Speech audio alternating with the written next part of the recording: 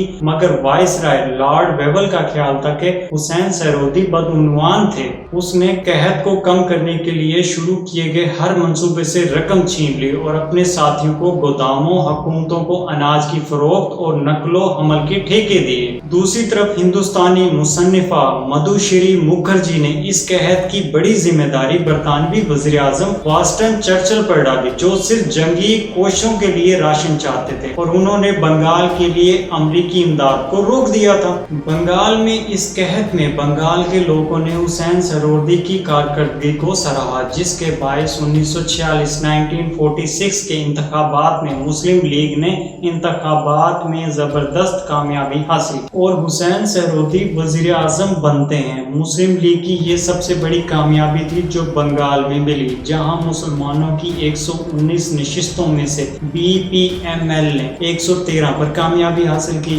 حسین کو بنگال کی وزارت عظمیٰ سنبھالنے کے لیے لیگ کے سربراہ محمد علی جناح کی حمایت حاصل تھی۔ ان کی کابینہ میں محمد علی بوگرا بطور وزیر خزانہ، صحت اور مقامی حکومت شامل تھے۔ سید معظم الدین حسین وزیر تعلیم، فضل الرحمان بطور وزیر لینڈ تھے۔ 1946 حسین کے بطور وزیر اعظم کے دور میں کلکتہ میں بڑے قتل عام ہوئے۔ مسلم لیگ نے پاکستان کے قیام کے لیے اپنے مطالبے کو دبائے جانے پر ہڑتال کر دی۔ ہڑتال وحشیانہ اور بڑے پیمانے پر ہندو مسلم فسادات میں بدل گئی، جس میں دونوں طرف سے ہزاروں لوگ مارے گئے۔ پریشانی 16 اگست 1946 کی صبح کو شروع ہوتی ہے۔ پولیس ہیڈ کوارٹر نے اطلاع دی پورے شہر میں زبردستی دکانیں بند کرائی جا رہی ہیں۔ کلکتہ کے شمالی وسطی حصوں جیسے راجہ بازار، کالی اسٹریٹ، ہیرسن روڈ اور بر بازار اور دوسرے کچھ علاقے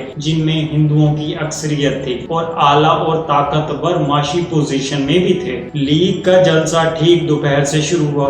اس اجتماع کو اس وقت بنگال میں اب تک کا مسلم لیگ کا سب سے بڑا جلسہ سمجھا جاتا تھا۔ اعداد و شمار ناممکن طور پر بہت زیادہ تھے، کچھ کہتے تھے 30,000، کچھ کہتے تھے 1 لاکھ، مگر بہت بڑی تعداد کے بارے میں بتایا جاتا ہے۔ لوہے کی سلاخوں، لاٹھیوں سے مسلح تھے۔ خواجہ ناظم الدین اپنی تقریر میں امن اور تحمل کی تلقین کرتے ہیں، لیکن وزیر اعظم حسین سہروردی کی باتوں کو خراب کیا اور لوگوں میں یہ کہہ کر کشیدگی کو بھڑکا دیا گیا کہ صبح 11 بجے تک تمام زخمی ہونے والے مسلمان تھے اور مسلم کمیونٹی نے صرف اپنے دفاع میں جوابی کارروائی کی تھی۔ کلکتہ کی پولیس کی اسپیشل برانچ نے میٹنگ کے لیے صرف ایک شارٹ ہینڈ رپورٹر کو بھیجا، جس کا نتیجہ یہ نکلا کہ وزیر اعظم کی تقریر کا کوئی ٹرانسکرپٹ دستیاب نہیں۔ فوجی حکام کی طرف سے تعینات سینٹرل انٹیلیجنس آفیسر اور ایک رپورٹر جو قابل اعتماد تھا اور فوجی حکام اس بیان پر متفق ہوتے ہیں، کلکتہ پولیس نے اس کی اطلاع نہیں دی۔ رپورٹ کا ویژن یہ تھا، وزیر اعظم حسین سہروردی نے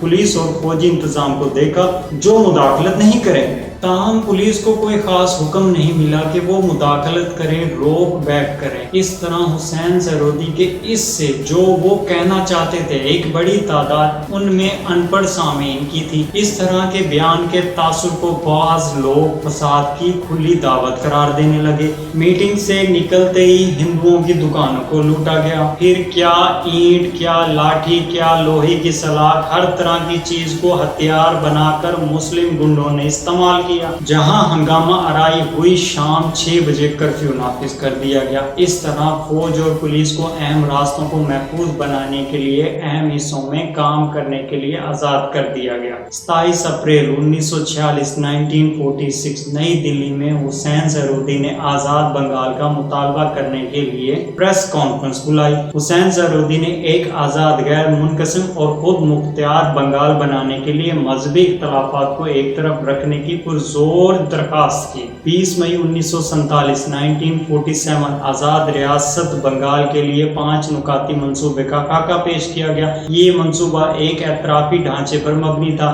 جس میں ہندوؤں اور مسلمانوں کے درمیان اقتدار کی تقسیم تھی۔